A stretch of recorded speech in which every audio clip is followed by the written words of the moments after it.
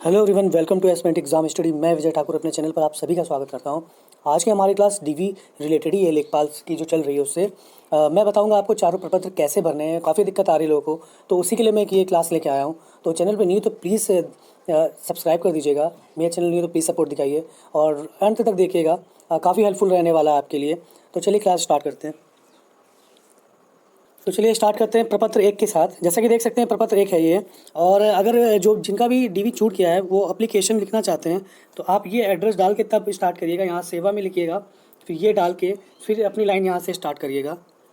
Photo, सबसे पहले photo के बारे में बताता हूँ। फ़ोटो जो भी 6 महीने पुरानी हो वो लगा सकते हैं आप। नई से मतलब जिसके 6 महीने हो गए, नए हो गए, नई फ़ोटोज़ है वो भी लगा सकते हैं आप।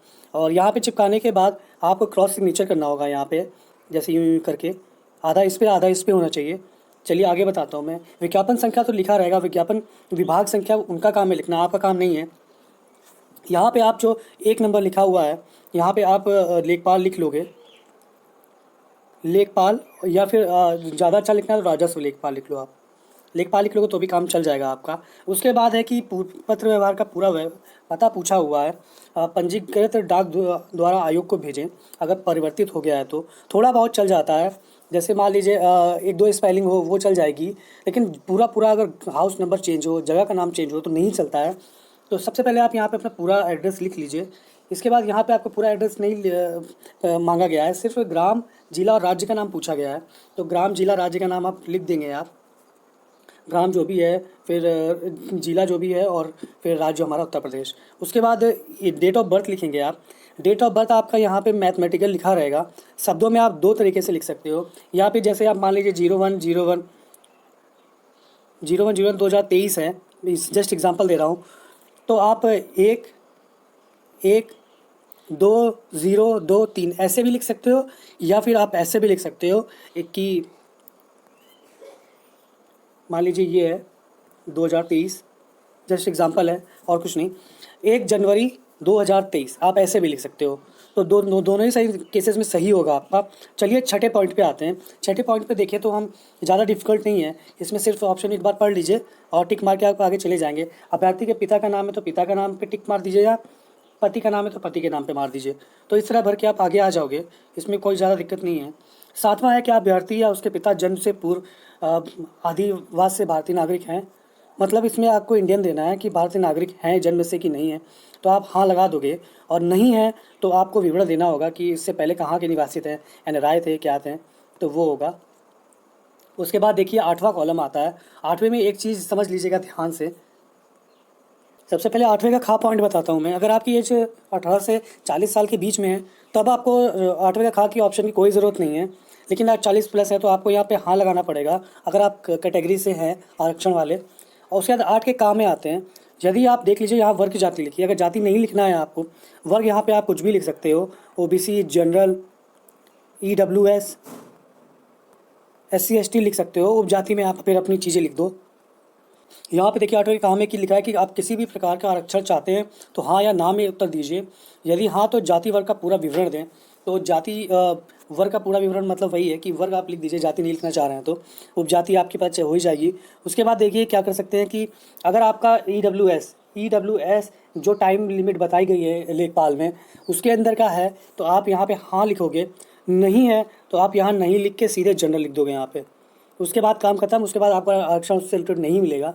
आप जनरल से अपना डीवी करा सकते हो जिनका भी ईडब्ल्यूएस सर्टिफिकेट जो कि टाइमलाइन बताई गई उसके बीच में नहीं बना हुआ है, ओवर बना हुआ है या पहले बहुत, तो वो आप सिर्फ जनरल से अपना डीवी करा सकते हैं और उसका लाभ नहीं मिलेगा। यहाँ पे आपको नहीं ऑप्शन करना होगा, बस इतना करना है और बाकी आपको जनरल लिख देना होगा।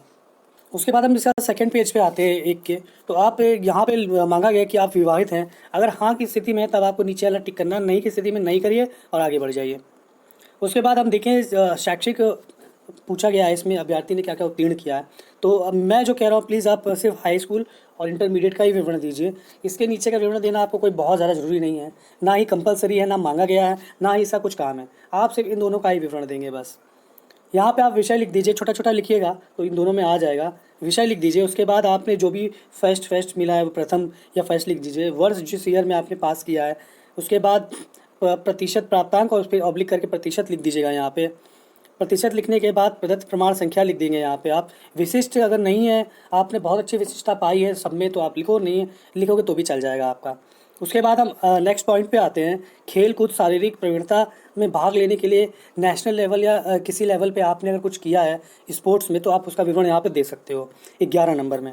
उसके बाद हम आते हैं 12वां में। जैसे देख सकते हो आप, पद का नाम, वर्तमान नियुक्ति के बारे में पूछा हुआ है। ये उनके लिए जो कहते हैं कि सर हम छुपा लें कि हमने जॉब कर रहे हैं या नहीं कर रहे हैं, ये उनके लिए विशेष कर है। तो देख सकते हैं कि आपने आपकी वर्तमान नियुक्ति का विवरण देना ही है। आप अगर बाद में दोगे तो फंस जाओगे आप। पद का नाम आपको बताना है, किस वेतन मान पे हो आप, सेवा योजक का पूरा विवरण देना है, प्रवेश स्थिति, नियुक्ति का स्थान। प्रवेश स्थिति बहुत इंपॉर्टेंट है, इसीलिए पूछा गया है ये। पद पूर्व पद त्याग की दिशा में छोड़ने की स्थिति की तिथि, तो ये कुछ विवरण आपको देना है। अगर आप 28 जनवरी 2022 के बाद की ज्वाइनिंग है आपकी, तो आपकी को एनओसी की ज़रूरत नहीं है। उसके पहले की अगर ज्वाइनिंग है तो आपको एनओसी की ज़रूरत है। उसके बाद 13वां पॉइंट देखें हम, तो 13वें पॉइंट में भी जो प्रमाण पत्र संख्या है वही हाई स्कूल इंटर की लिख देंगे आप। यहाँ पे आप हाई स्कूल लिखेंगे, इस जगह पे इंटरमीडिएट लिखेंगे, यहाँ पे उसका प्रमाण पत्र संख्या डाल देंगे। अभी मानिए में अगर आपके पास एनसीसी सर्टिफिकेट है तो आप वो लिखोगे, या आर्मी से किसी कोई ट्रेनिंग ले रखी है आपने खासकर, तो स्पेशल वो लिखोगे। उसके अलावा और कोई यहाँ पे कुछ नहीं लिखेगा, चाहे आपने CCC लिया हो, चाहे आपने किसी तरह के गाइड किया हो, आप यहाँ पे उसका विवरण नहीं दे सकते हो, ये स्पेशल है थोड़ा। उसके बाद अगर हम बात करें 14 पॉइंट की, तो टेरिटोरियल सेना में कम से कम 2 वर्ष की सेवा की हो, तो अगर हाँ है तो हाँ लिखिए, प्रमाण पत्र संख्या लिख दीजिए। एनसीसी बी सर्टिफिकेट एनसीसी का अगर है तो हाँ में टिक लगाइए, नहीं है तो नहीं में टिक लगा के आप आगे बढ़ सकते हो। उसके बाद 15वां देखिए, क्या अभ्यर्थी को किसी फौजदारी न्यायालय द्वारा दंडित किया गया है। उसके बाद अगर हाँ है तो वहाँ पे हाँ लिख दीजिए, नहीं है तो बाकी का पॉइंट आपको कुछ लिखने की ज़रूरत ही नहीं है, आप सीधे नहीं लिख दीजिए, यहाँ पे बड़ा सा नहीं लिख दीजिए बस। उसके बाद अगर है तो अगर हाँ लिख के आपको विवरण देना होगा पूरा। उसके बाद 16वां पॉइंट हम चालान पे आते हैं, जो कि हमें धनराशि जो लेखपाल के लिए हमने सबमिट की थी वो पूछा गया है। इसमें आपके पास बैंक का पूरा डिटेल हो, हर चीज़ आपके पास हो, समझ में आ रहा हो तब भरिए, अदरवाइज़ आप इसको खाली छोड़ देंगे तो भी कुछ नहीं होगा। मैंने ये पूरा ब्लैंक छोड़ दिया था, सर से कहा था सर मैंने इसमें नहीं भरा है, तो उन्होंने कहा तो कोई दिक्कत नहीं है, नहीं भरा आप खाली छोड़ दो ये। उसके बाद यहाँ पे आपने सत्यापन का घोषणा करना है, यहाँ पे आप अपना नाम लिख दीजिएगा, नाम। उसके बाद घोषणा करता हूँ या करती हूँ, जो भी आपका हो वहाँ पे टिक मार दीजिए। उसके बाद एक दो जगह और भी है, बस यहीं पे आपको टिक मारना है और दूसरे पेजेस पे है। उसके बाद दिनांक लिख दीजिए जिस डेट में है आपका, स्थान लिख दीजिए, स्थान लखनऊ लिखेंगे। वैसे मैंने पिकअप भवन लखनऊ लिखा था, लेकिन लखनऊ सिर्फ लिखा जाएगा यहाँ पे। उसके बाद पूरा नाम यहाँ लिखेंगे आप, पूरा नाम, सॉरी हस्ताक्षर आपको करना है ऊपर, पूरा नाम यहाँ लिखेंगे। उसके बाद जो पूरा पता है आप वो लिखेंगे। ये पता आपका वही होना चाहिए जो आपने फॉर्म भरते समय लिखा था और जो आपके निवास प्रमाण पत्र में है। अगर आप आरक्षण लेना चाह रहे हो तो आप वही लिखोगे यहाँ पे। और एक चीज़ मैं बता दूँ कि आपको जितनी भी चीज़ें हैं यहाँ पे, आप कोशिश यही करिए कि आप पूरी चीज़ हिंदी में भरें। जहाँ जहाँ इंग्लिश की ज़रूरत हो सिर्फ वहीं इंग्लिश के वर्ड लिखें, अदरवाइज़ पूरा फॉर्म हिंदी में भरने की कोशिश करें। वहाँ पे भी चिल्ला के कहते हैं सर कि मातृभाषा में लिखो, हिंदी में, राजकीय भाषा में लिखो, हिंदी में लिखो। तो वो जो चेकलिस्ट भराते हैं वो कहते हैं उस समय, आप इसको किसी भी लैंग्वेज में भर सकते हो, आपके लिए स्वतंत्र हो, लेकिन हिंदी में भरो, ज़्यादा सही रहेगा। उसके बाद चलिए दूसरे पेज पे चलते हैं। प्रपत्र 2 की बात करें तो देख सकते हैं कि इसमें आपका नॉर्मल सा पूछा गया है, आपका नाम क्या है और पिता का पूरा नाम क्या है। अगर उपनाम कोई है तो उसका भी विवरण आप दे सकते हो इसमें। और उसके बाद पूछा गया है माता का पूरा नाम, विवरण, ये सब पूरा आपको देना है। उसके बाद उनकी राष्ट्रीयता पूछी गई है कि क्या है क्या नहीं है। भारतीय है, भारतीय, अगर वाइफ है आपके तो लिख सकते हो। जन्म स्थान ये सबको आपको दे देंगे। उसके बाद आपका निवास और ये सब पूछा जाएगा। निवास में आप देखें तो निवास का पूरा पता आपको लिखना है। देख सकते हैं कि इसमें बहुत लोग कंफ्यूज होते हैं कि जो हमारा एड्रेस है ज़बरदस्ती उसमें कुछ ना कुछ घुसा के लिख दें, क्योंकि इसमें ग्राम, जिला, गली नंबर ये सब पूछा है। लेकिन कुछ नहीं, आपका जो सिंपल सा नंबर है, आपका घर का एड्रेस, आप सीधे वहीं छाप दोगे यहाँ पे बस, और आपको कुछ नहीं करना है। अगर आप पाकिस्तान से आए हुए हो और यहाँ पे आपने शरण ले रखी है और उसके यहाँ की नागरिकता मिल गई है, तो यहाँ पे हाँ के करके विवरण दोगे उसका आगे, और नहीं है तो आप वापस आ जाओगे। उसके बाद पत्र का पूरा पता भी आपको वही लिखना है टोटल हो। तो आप 2 चीज़ मान लीजिए, अगर कहीं आप जॉब कर रहे हैं रह के और आपका वो एड्रेस दूसरा है और आप घर का एड्रेस आपका दूसरा है, तो आपके लिए 2 चीज़ें मैं बता दे रहा हूँ। स्थायी निवास में आप हमेशा अपने घर का पूरा कंप्लीट एड्रेस लिखोगे जो कि हमेशा के लिए है। और पत्र व्यवहार का जो पता है, इसमें आप जहाँ पे रेंट पे रहते हो या फिर कहीं भी रहते हो आप उसका पता यहाँ पे लिख सकते हो आप। लेकिन ये पता आपके आधार कार्ड वाला होगा जो कि आपके निवास प्रमाण पत्र में होगा। चलिए आप देखते हैं। आप जन्म मैंने बता ही दिया लिखना है जो। उसके बाद यहाँ पे देख लीजिए, यहाँ पे कॉलेज का नाम पूरा पता लिखना है। यहाँ पे आपको इंटरमीडिएट नहीं लिखना है, ध्यान से देखिएगा।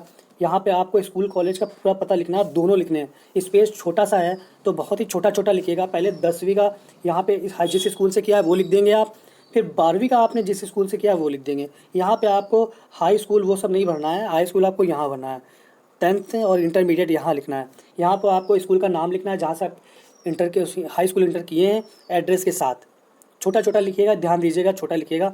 उसके बाद प्रवेश की तिथि आपको नहीं पता, आप छोड़ दीजिए। और छोड़ने की तिथि आपको सबको पता है कि रिजल्ट में जाएंगे आप, मैं बता देता हूँ। रिजल्ट में आप जाएंगे, यहाँ पे देखिएगा सिग्नेचर रहता है, सिग्नेचर के पास कुछ कुछ लिखा रहता है, वही डेट आपको यहाँ पे छाप देनी है, वही डेट छाप दीजिए, दिनांक छोड़ दीजिए, नहीं आता। उसके बाद 10वीं 12वीं यहाँ लिखिए, यहाँ पे एड्रेस के साथ स्कूल पहले स्कूल का नाम, फिर उसका एड्रेस, फिर स्कूल का नाम, फिर उसका एड्रेस, दोनों लिखने हैं, छोटा छोटा लिखिएगा, आ जाएगा। चलिए दूसरा पेज देखते हैं। इसके बाद इसमें आपका कार्य का विवरण मांग रहा है कि आप किस पद पे थे, क्या थे, कब से कब तक थे कार्यालय, फर्म या संस्था में, या पिछली नौकरी छोड़ने का कारण आपने छोड़ दिया है तो क्यों छोड़ा है। जैसा कि सब एक्स सर्विसमैन हैं तो उनके लिए भी विवरण है ये, और इसमें आराम से भर लीजिएगा, कोई दिक्कत वाली बात नहीं है इसमें। उसके बाद अगर हम आते हैं 10वें पॉइंट पे तो यहाँ 10वें का में बड़ा बड़ा बस नहीं लिख दीजिएगा। चीज़ें मैं पढ़ के एक बार बता देता हूँ आपको क्या है इसमें आपको बताना है कि आपने किसी अर्थ न्यायालय द्वारा अपराधी हैं और कोई दंड भुगत रहे हैं, लोकसभा अन्य चयन आयोग द्वारा परीक्षा में सम्मिलित होने के लिए किसी अन्य शिक्षा द्वारा बहिष्कृत किए गए हैं, मतलब किसी परीक्षा में नकल करते हुए पकड़े गए हैं जो आपको मार के भगा दिया गया है। तो बड़ा बड़ा बस सिर्फ यहाँ नहीं लिख दीजिए यार, जो मैंने लिखा था। उसके बाद क्या इस प्रमाणीकृत प्रपत्र को भरते समय आपके खिलाफ कोई न्यायालय में कोई केस चल रहा है, विश्वविद्यालय में कोई वाद विवाद का केस चल रहा है, कोई आर्थिक दंड है, तो भी आप यहाँ पे हाँ है तो हाँ लिखिए। उसके बाद विवरण दीजिए, पूरा छोटा सा हाँ लिख के विवरण दीजिए। अगर आपका हाँ है तो पूरा 2-3 लाइन में, नहीं है तो सिंपल आप एक वर्ड लिखोगे और नहीं, बस ख़त्म, नहीं लिख लो। उसके बाद नीचे भी आपको घोषणा करना है, उसी तरीके से आप यहाँ पे डेट लिख दोगे अपनी, स्थान लखनऊ, और अभ्यर्थी का साइन होगा यहाँ पे जिस भाषा में वो करते आए हैं, आपको अलग नहीं करना है। जो हमेशा से साइन करते हो आपको वही करना है।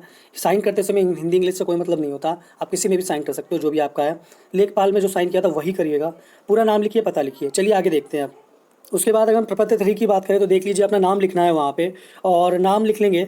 नाम लिखने के बाद इंग्लिश में लिखा हुआ है आपका, देवनागरी हिंदी में लिखना है, फिर पिता का नाम लिखना है, डेट ऑफ बर्थ लिखा हुआ है शब्दों में। मैंने कहा है आपसे कि 1 मान लीजिए 1 दिसंबर, 1 अगस्त, ऐसे लिख लीजिए, सॉरी 1 अगस्त 1998 लिख लीजिए आप, अगर आपकी डेट ऑफ बर्थ ऐसी है तो। वरना आप 11081 ऐसे करके भी लिख सकते हैं, 9 करके अलग अलग। उसके बाद अगर नीचे आते हैं तो आप लेखपाल लिखोगे यहाँ पे, पद का जो भी नाम है। उसके बाद एक बार फिर से आपको जाति कंफर्म करने के लिए कहा गया है कि आप अनुसूचित जाति, जनजाति, पिछड़ा वर्ग, स्वतंत्रता सेनानी, इमरजेंसी कंडीशनरी, कमीशन अधिकारी, शॉर्ट कमीशन अधिकारी, हर चीज़ पूछी गई है यहाँ पे। तो वर्ग, अगर आपका वर्ग है, मैंने बार बार कहा है आपसे कि वो अगर EWS सर्टिफिकेट आपका तय डेट में जो कहा जा रहा है लेखपाल में कि 1 अप्रैल 2021 से 28 जनवरी 2022 के बीच का बना है तो चलेगा। अगर है तो आप यहाँ पे लिखोगे EWS, बस छोड़ दो। उसके बाद आपकी योग्यता यहाँ पे इंटरमीडिएट लिखोगे। इंटरमीडिएट मैंने यहाँ छोड़ दिया था, तो सर ने लिखवाया था मुझसे कि यहाँ पे इंटरमीडिएट लिखो आप, तो यहाँ पे इंटरमीडिएट लिख दोगे आप। और अगर आपकी जाति कुछ है तो आप यहाँ पे वर्ग OBC जाति आपकी जो जाति उसी तरह आप लिख लोगे। उसके बाद परीक्षा जिसमें आपने उत्तीर्ण की हो, ध्यान रखिएगा हर जगह आपको 2-2 विवरण देने हैं, हाई स्कूल और इंटर, तो छोटा छोटा लिखिएगा, अदरवाइज़ आएगा नहीं। ये मेरा रफली था, एक दूसरा फॉर्म था, मैंने 2 फोटो स्टेट कराए थे कि अगर एक कोई गलत हो तो वो एक रफली भरा था, तो उसमें सारी कटिंग पिटिंग कर ली थी मैंने, एक फिर फ्रेश भर के दे दिया था। तो परीक्षा उत्तीर्ण हाई स्कूल इंटर दोनों आएगा यहाँ पे, तो दोनों विषय छोटा छोटा लिखिएगा तभी आप आएगा, अदरवाइज़ नहीं आएगा। उसके बाद यहाँ पे आपको रोल नंबर लिख लेना है अपना, वर्ष किस वर्ष उत्तीर्ण किया, और श्रेणी प्रथम। ग्रेड है आपका तो ग्रेड A लिखोगे, B लिखोगे। इस समय आपको ग्रेड की चिंता करने की ज़रूरत नहीं है, सिर्फ ये जो जहाँ पे मार्क्स भरने के लिए, जो मैं ये ग्रेड वालों के लिए बता रहा हूँ, जहाँ पे मार्क्स भरने हैं वहाँ पे मैं बताऊँगा क्या करना है। लेकिन उसके अलावा जहाँ हाई स्कूल इंटर मांगा है और ग्रेड है तो आप ग्रेड लिखते चलिए, वो पूरा फिल रखिए आप, मार्क्स वाले में बस दिक्कत होगी आपको। उसके बाद देखिए कि वर्तमान नियुक्ति का विवरण देना, आपको किस स्थिति से किस कब तक है, जिस पद पर काम किया हो या कर रहे हो उसका स्वरूप बताना है, और क्रम और वेतनमान अपना बताना है कि किस पे हैं। उसके बाद देख सकते हैं कि नीचे, कृपया इस पत्र को रिक्त स्थानों को भरकर अपने आवेदन पत्र के साथ लगाएं। तो अलग से आवेदन नहीं करना है कुछ, जो यही इसी की बात की जा रही है जो आपके सामने है, तो बस ये कर देंगे आप। उसके बाद चलिए नेक्स्ट देखते हैं। ये वाला प्रपत्र 4 नंबर बहुत ही सोच समझ के होशो हवास में भरिएगा। सबसे पहले आपको नाम आपका लिखा ही हुआ है, बाकी आपको इसमें कुछ करने की ज़रूरत नहीं है। और उसके बाद विवरण आते हैं। सबसे पहले मैं ग्रेड वालों के लिए बता दूँ, जिनका ग्रेड है ग्रेड ABC। तो देखिए ये ग्रेड वालों के लिए मैं इतना कहूँगा कि अभी आप छोड़ दीजिए अपने सारे सब्जेक्ट के, आप नाम लिख दीजिए यहाँ पे। उसके बाद आप इसको छोड़ दीजिए, इंटरमीडिएट तक ही विवरण दीजिएगा, ये मत दीजिएगा, सिर्फ यही दीजिएगा बस, ये मत दीजिएगा, सिर्फ आपको यही देना है। तो ग्रेड ग्रेड वाले प्लीज़ ये छोड़ दें। वहाँ पे भी मैंने काफ़ी लोगों का नहीं देखा था ये ऐसा कुछ, काफ़ी लोग का सॉरी मार्क्स वाले थे और मेरे सामने ग्रेड का नहीं आया था, और ना ही सर ने इसके बारे में वहाँ कुछ कहा था डिक्टेट करके, और कहा होगा तो पता नहीं, मैं सुन नहीं पाया था उस समय। तो आपको ये विवरण छोड़ देना है। जब आपको वहाँ पे बुलाया जाएगा डॉक्यूमेंट वेरिफिकेशन के लिए अपने टेबल और अपने नंबर पे, तब आप जाके तुरंत भर लीजिएगा, बहुत ज़्यादा कठिन नहीं है। आप मैंने इसीलिए कहा आप पहले पूरे जितने भी आपके वो है सब्जेक्ट, पूरा सब्जेक्ट भर लीजिए, ये छोड़ दीजिए। आपको वहाँ सिर्फ A, A, B तो लिखना है वहाँ जाके बस, तो आराम से लिख लीजिएगा आप। तो उसके बाद ये बताता हूँ जिनके मार्क्स हैं। सबसे पहले आप अपने सब्जेक्ट लिख लो यहाँ पे 6। एक चीज़ मैं और बता दूँ, जिनका इंटरनल पेपर होता है, जिसके मार्क्स एक्सटर्नल एग्ज़ाम में नहीं जुड़ते हैं, या फिर वो सिर्फ एक इंटरनल हो, जैसे बहुत जगह फिजिकल एजुकेशन का एक इंटरनल पेपर होता है जिसका एक्सटर्नल में मार्क्स नहीं जुड़ते हैं, तो आप उसको सिर्फ एज अ सब्जेक्ट यहाँ लिख दोगे, उसको इसमें ऐड नहीं करोगे। समझ लो अच्छे से, जो इंटरनल पेपर होते हैं जिसका एक्सटर्नल में मार्क्स नहीं जुड़ते हैं, लेकिन आपके मार्कशीट पे दे रखा है, तो आप सिर्फ सब्जेक्ट नेम लिख के छोड़ दोगे, यहाँ पे आपको मार्क्स उसके ऐड नहीं करने हैं। उसके बाद आप पूरा सब्जेक्ट लिख लिया, यहाँ पे आपने पूरा सब्जेक्ट लिख लिया। उसके बाद आप पूर्णांक जो है, हाई स्कूल में 6 सब्जेक्ट होंगे आपके, अगर यूपी बोर्ड से हैं तो 6 सब्जेक्ट में आप 600 लिख लीजिए। उसके बाद जो भी नंबर है आप यहाँ लिख लीजिए। उसके बाद उसका टोटल, इसी तरह इंटरमीडिएट में पूर्णांक लिख लीजिए 100 में से 5 सब्जेक्ट के, अगर यूपी बोर्ड से हैं तो। उसके बाद आप ध्यान दीजिएगा, कुछ सब्जेक्ट होंगे आपके तो ऊपर नीचे होंगे, एक लाइन में नहीं होंगे, तो ध्यान से। मान लीजिए मैथ यहाँ है, फिर सॉरी मैथ लिखा हुआ है, कोई सब्जेक्ट यहाँ है, तो 2 आपको इंटरमीडिएट में ये अलग अलग हो जाता है, एक एक हो जाता है, ध्यान रखिएगा। फिजिक्स केमिस्ट्री अलग हो जाएगा, तो आप साइंस में एक ही में ना भरिएगा, थोड़ा बुद्धि से आंखें खोल के भरिएगा कहाँ पे क्या है। तो उसके बाद आप यहाँ पे आके टोटल कर देंगे उसका योग। यहाँ पे इंटरमीडिएट से तो हाई स्कूल का 600 जो भी आया आपके उत्तीर्ण श्रेणी प्रथम, उसके बाद यही चीज़ आपका 500 जो भी आया यहाँ उत्तीर्ण श्रेणी प्रथम। तो ये आपका चारों प्रपत्र हो जाएगा। यहाँ पे आपको साइन कर देना है, हस्ताक्षर करना है आपको यहाँ पे अपने, साइन कर देंगे, उसके बाद आपका हो जाएगा काम। यहाँ पे ये प्रपत्र खत्म हो जाएगा। चलिए मैं अब आपको चेकलिस्ट के बारे में बताता हूँ। ये आपका बायोमेट्रिक फॉर्म है। जब जाओगे आप एक छोटी सी स्लिप मिलेगी। अगर आपको कटिंग फिटिंग की आदत है, एक बार में सही नहीं कर पाते हो, तो आपके पास जब ये आएगा खुद सीट पे आएगा, कोई देने नहीं आएगा। जैसे पेज आगे बढ़ाते रहते हैं कि उसको पास कर दो, वैसे ही आपके पास आएगा। आप 2 रख लेना। सर वैसे अनाउंस करते हैं कि कोई 2 ना रखे, लेकिन कोई देखता नहीं है, आप 2 रख सकते हो। आप रख लेना अगर आपकी कटिंग फिटिंग की आदत है, ताकि दोबारा ना मांगना पड़े। दोबारा मांगोगे तो आपको डांट पड़ेगी, इसलिए आप 2 रख लो बिना बताए आराम से। उसके बाद आप यहाँ पे जो भी है आपका, सिर्फ आप डेट भर लोगे जिस दिन जा रहे हो, रोल नंबर, जेंडर, बस। उसके बाद आपका खत्म। उसके बाद आपका ये चेकलिस्ट आप देख सकते हैं पीछे की तरफ है। ये पूरा मैंने फाइल के ऊपर ट्रांसपेरेंट फाइल थी, उस वहाँ से पिक ली थी। तो ये है पूरा विवरण आपको देना है। आप समझ लीजिए आपका मेन यही है। जो आप 4 प्रपत्र ले जा रहे हो वो तो विवरण है ही है, लेकिन इसी पे आपका पूरी चीज़ें खुल जाएंगी, पूरी चीज़ें उन्हें पता चल जाएंगी। इसमें हर एक चीज़ मांग लिया गया है। आपको इसी तरह का ही गोला मारना है। वहाँ पे टिक नहीं, चेकलिस्ट में आप टिक नहीं मारोगे, आपको गोला ही करना होगा। तो यहाँ पे कुछ कुछ चीज़ें पूछी गई हैं, जैसे आप इंटरमीडिएट जो भी मांगा गया है उसके लिए पात्र हो तो हाँ लिखना है। उसके बाद आपकी आयु 18 से 40 वर्ष के बीच में है तो आपको यहाँ पे हाँ लिखना है।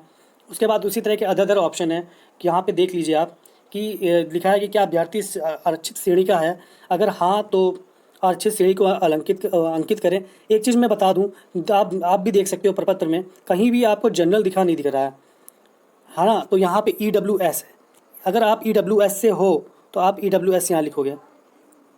EWS आपको विवरण देना है, जो भी देना है उसमें टिक मारोगे आप। अगर आपका EWS सर्टिफिकेट खराब बेकार या कुछ हो गया है तो यहाँ पे जनरल लिख के सर को दिखा के आप यहाँ पे सिर्फ साइन कर दोगे। वहाँ ये कहते हैं जो भी आपका संबंधित नहीं है उस पर आप यूँ ये मार के वहाँ पे अपना साइन कर दो।